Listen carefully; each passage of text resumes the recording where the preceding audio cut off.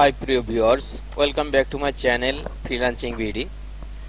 আজ আমরা দেখাবো যে আমাদের এই যে কাস্টমার যে কাজটা দিয়েছে, এখানে নিচে একটি রাউন্ড লেখা রয়েছে। আমরা এই রাউন্ড লেখাটা এখানে যে রাউন্ড লেখাটা রয়েছে, এখানে এই রাউন্ড লেখাটা আমরা কিভাবে লিখবো ইলাস্ট্রেটরে। কারণ আমরা অনেক সময় লোগো তৈরি করার জন্য এই রাউন্ড লেখাটা ভেরি ভেরি ইম্পর্টেন্ট, খুবই কাজে লাগে।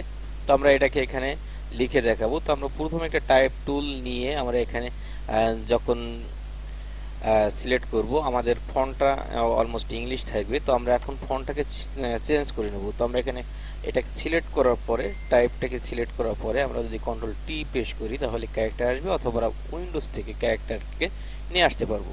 তো এখন আমরা এটাকে ফন্ট চেঞ্জ করে নেব। আমরা এটাকে সুতনি এমজি বোল্ড ব্যবহার করলাম, এবং এখন আমরা কিবোর্ড থেকে কন্ট্রোল অল্টা বি প্রেস করে আমরা বিজয়টা চেঞ্জ করে নেব।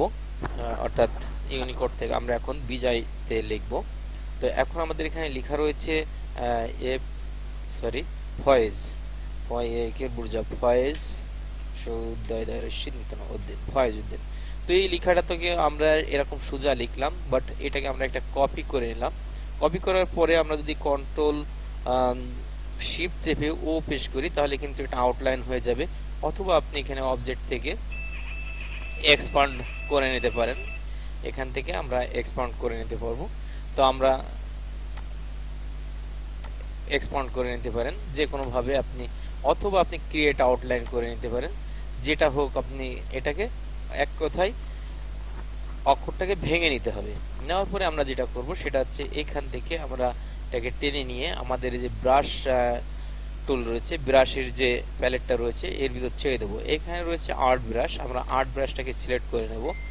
আর্ট ব্রাশ সিলেক্ট করার পরে আমরা ওকে প্রেস করব, এবং এইখানে একটি ডিরেকশনের একটা বাটন চলে আসবে। আপনি কোন ভাবে এটাকে রাউন্ড করতে চাচ্ছেন সেটা আমাদের এখানে চাবে। তো আমরা এখানে যেভাবে রয়েছে, আমরা স্ট্রোক ফ্রম লেফট থেকে রাইট আমরা এটাকে সিলেক্ট করি। এটা আবার চেঞ্জও করা যাবে। আমরা একটু এইটাকে রাইট থেকে লেফট আমরা এটাকে সিলেক্ট করি, দেখা যাক। তো আমাদের এটা সিলেক্ট করলে কিন্তু আমাদের উল্টো হবে। তো আমরা উল্টোতেই থাক, এটা আমরা পরে চেঞ্জ করে দেব। তো এখানে দেখুন যে লেখাটা কিন্তু উল্টো হয়েছে, তার মানে আমরা এখন যদি এখানে একটা রাউন্ড নিতে হবে। রাউন্ডটা হচ্ছে আমরা এখানে ইলিপস টুল রয়েছে, ইলিপস টুলকে সিলেক্ট করে আমরা শিফট চেপে ধরে একটা সুন্দরভাবে একটা রাউন্ড এখানে নিয়ে নেব, একেবারে সেম বাই সেম। এরপরে আমরা এটাকে ফিল কালার এবং স্ট্রোক কালার অল্টারনেট করে নেব। এখানে ছোট্ট যে তীরটা রয়েছে এটাকে ক্লিক করলে আমরা এটা অল্টারনেট হয়ে যাবে। তো এখন যেহেতু মিল রয়েছে, আমরা শিফট অল্টা চেপে ধরে এটাকে ছোট করব, তাহলে এটা রাউন্ডে ছোট হবে।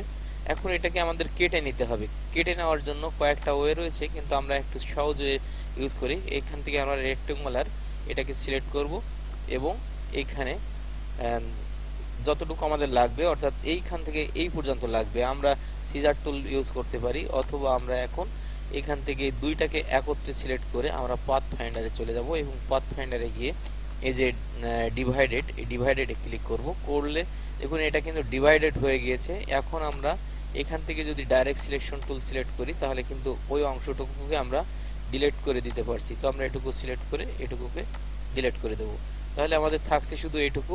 এখন আমরা যদি ফয়েজউদ্দিনের উপরে ক্লিক করি তাহলে দেখুন যে উল্টো হয়ে গেছে। আমি কিন্তু প্রথমে বলছিলাম যে এটাকে আমরা একটু উল্টো করে রাখলাম, যদি আমরা লেফট থেকে রাইট দিতাম তাহলে কিন্তু ঠিক থাকতো।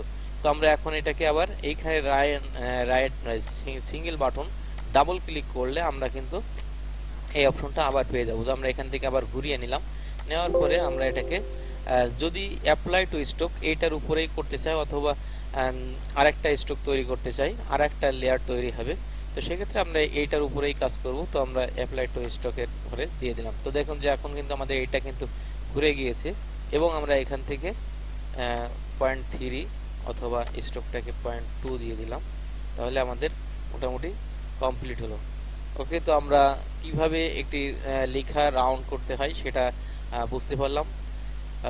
No more today, thanks for watching the full video, এবং ফ্রিল্যান্সিং বিডি সঙ্গে থাকার জন্য আমন্ত্রণ রইল।